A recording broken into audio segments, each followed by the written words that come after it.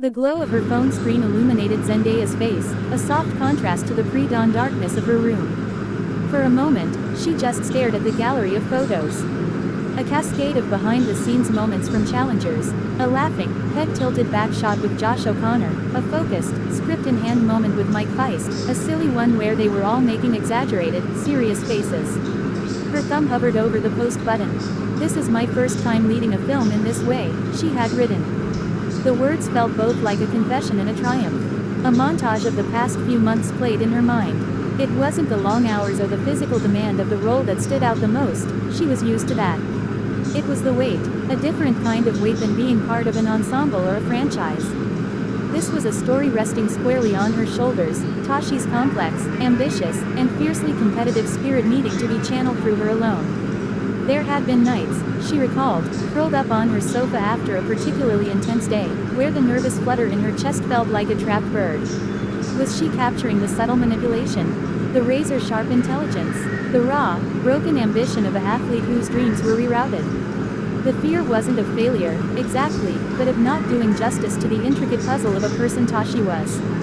She'd voice-noted her mom sometimes, just to hear a familiar, grounding voice. She'd texted her co-stars, and their immediate, hilarious responses, a perfectly timed gift from Mike, a dry, witty observation from Josh, would dissolve the tension, reminding her she wasn't in the arena alone. That was the thing the public never saw. The between, the moments between, action, and, cut, that weren't in the script.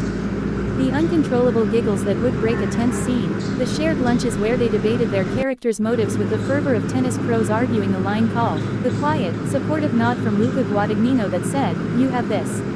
I trust you." She thought of the fans, too. The waves of excitement she'd seen building online. The fan art, the theories, the sheer anticipation.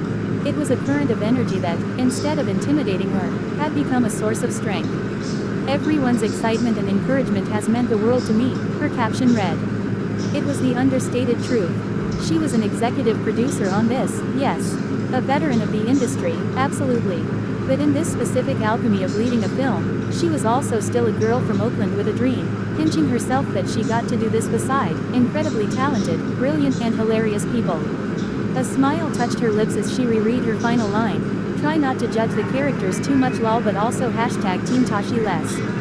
It was a perfect summary. A plea for understanding, an acknowledgement of the messy, morally gray humanity of the story, and a playful, unapologetic allegiance to the force of nature she had the privilege of embodying. The nervous flutter was still there, but it had transformed.